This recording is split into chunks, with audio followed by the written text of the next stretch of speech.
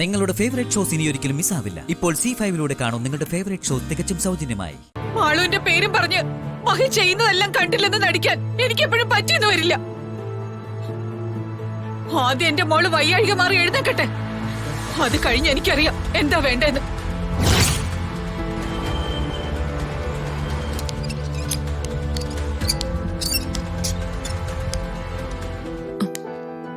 സൂക്ഷിച്ച് കിടന്നോളൂ. എനിക്കിപ്പോ കുഴപ്പമൊന്നുമില്ല സിസ്റ്റർ. അങ്ങനെ പറയാറായിട്ടില്ല. നന്നായിട്ട് റെസ്റ്റ് എടുത്തോളൂ. ശരി, എങ്കിൽ കിടന്നോളൂ.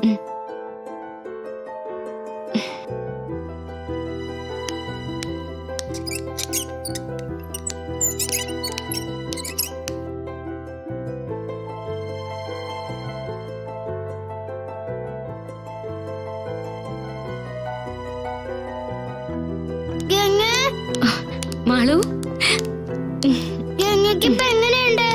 ഇപ്പോഴും വേനയുണ്ടോ? എനിക്കൊരു കുഴപ്പമില്ല. മാളു പേടിക്കണ്ട കേട്ടോ. ഗംഗയ്ക്ക് വയ്യാതെ വന്നപ്പോ ഞാൻ ശരിക്കും പേടിച്ചു പോയി. മോള് വിഷമിക്കാതെ. ഗംഗ മോള് കണ്ടില്ലേ, എനിക്കൊരു കുഴപ്പമില്ലല്ലോ. എന്നാലും എനിക്ക് വേണ്ടിയല്ലേ ഗംഗ തീ ചാടിയത്? അതെ, എങ്ങനെയാ ഗംഗയോട് നന്ദി പറയേണ്ടെന്ന് എനിക്കറിയില്ല. മഹേട്ടാ, എന്തിനാ എന്നോട് നന്ദിയൊക്കെ പറയുന്നേ? മാളുവിനെ ഞാൻ എന്റെ സ്വന്തം മോളായിട്ടാ കണ്ടിരിക്കുന്നെ. നന്ദിയൊക്കെ പറഞ്ഞ് എന്നെ ഒരു അന്യാക്കരുത്. ഇല്ല, എനിക്കറിയാം. എന്റെ കുഞ്ഞിനു വേണ്ടി സ്വന്തം ജീവൻ പോലും വകവയ്ക്കാത്ത നിന്നെ എങ്ങനെ ഞാൻ അന്യായിട്ട് കാണും? അങ്ങനെ കരുതിയാൽ ഈശ്വരൻ പോലും എന്നോട് പൊറുക്കില്ല.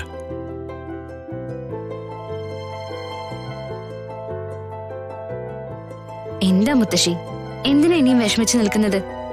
എനിക്കൊരു കുഴപ്പമില്ലെന്ന് കണ്ടില്ലേ? കുറച്ചു സമയം കൊണ്ട് ഞങ്ങൾ അനുഭവിച്ച വിഷമത്തിന് കയ്യും കണക്കും ഇല്ല മോളെ. എന്തിനാ അത്? എനിക്കൊപ്പം ശ്രീ മഹേശ്വരനുണ്ടെന്ന് മുത്തശ്ശിക്ക് അറിയാലോ. അതെ, നിന്റെ ശ്രീ മഹേശ്വരനാ നിന്നെ കാത്തത്. ആ മഹേട്ടാ, ശ്രേയച്ചിക്ക് എങ്ങനെയുണ്ട്? ശ്രേയ ഇപ്പോഴും ഐസിയുലാണ്. ഇതുവരെ ബോധം വീണിട്ടില്ല.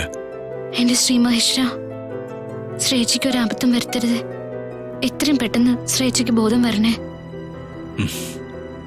നിന്റെ ഈ നന്മയെ കഴിഞ്ഞ് എല്ലാ ആപത്തിൽ നിന്നും നിന്നെ രക്ഷിക്കുന്നത്. നിന്നെ ദ്രോഹിക്കുന്നവരെ പോലും നീ സ്നേഹിക്കുകയല്ല ചെയ്യുക. അയ്യോ മഹേട്ടാ, അതിന് ശ്രേയച്ചി എന്നോടൊരു തെറ്റും ചെയ്തിട്ടില്ല. അല്ല, ശ്രേയ ചീത്തയാ. അങ്ങനെ പറയരുത് മോളെ. നാളെ മോളുടെ അമ്മയായിട്ട് വരേണ്ട ആളാ ശ്രേയ. അതിന് അമ്മയായില്ലല്ലോ.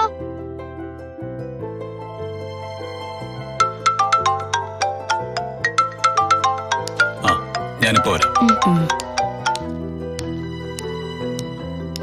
മോൾക്ക് കുടിക്കാൻ എന്തെങ്കിലും പറയട്ടെ? ഇപ്പൊ ഒന്നും വേണ്ട മുത്തശ്ശി. ഞാൻ ഗംഗയ്ക്കൊരു ഉമ്മ തരട്ടെ? അതിനെന്തിനാ ചോദിക്കുന്നത്? തന്നോളൂ.